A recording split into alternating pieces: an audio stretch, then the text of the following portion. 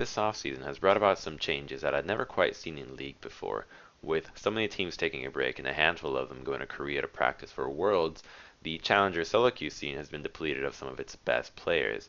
Now, a lot of the players that went to Korea also happen to be very popular streamers, so they stream their games and it becomes common knowledge as to the way that solo queue in Korea operates. And I think that has led a change in the attitude towards the game that has been bothering me lately.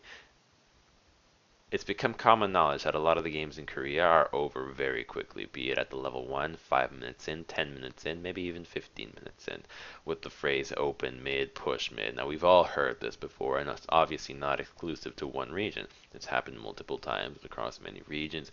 We've all experienced it. And there's been an influx of that in my recent games, so I've just been thinking, surely it can't be me that has been experiencing such an influx. So I went out and watched streams of players in other divisions, be it Diamond, Platinum, Gold, all sorts of things. Then I played in lower ranked accounts and then I realized, yeah, it's been spreading. Now, I don't remember exactly where I read it, but it made sense to me at the time that the reason why it's a common occurrence in Korea is that a lot of the players play in PC bangs or internet cafes, and since they pay hourly, you have to pay to be there.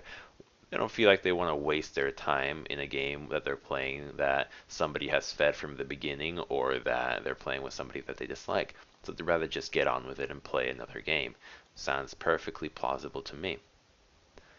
Now, keep in mind that throughout this entire time, and since the creation of the Korean server practically, it has been known and there has been thousands of complaining about how Korean solo queue is much better, how the players are better, how there's less trolling, how everybody wants to win. So that leads the idea that you have to emulate that to really get to the status that they're at because they're a very strong region.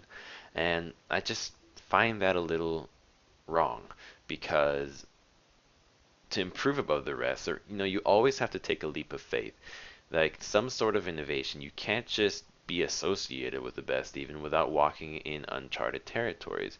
And that's the part that has really been getting to me. I want to see the games where players can really learn and recognize that there isn't an easy way out to their mistakes, that you fucked up and now you're going to have to deal with the consequences and play from that position.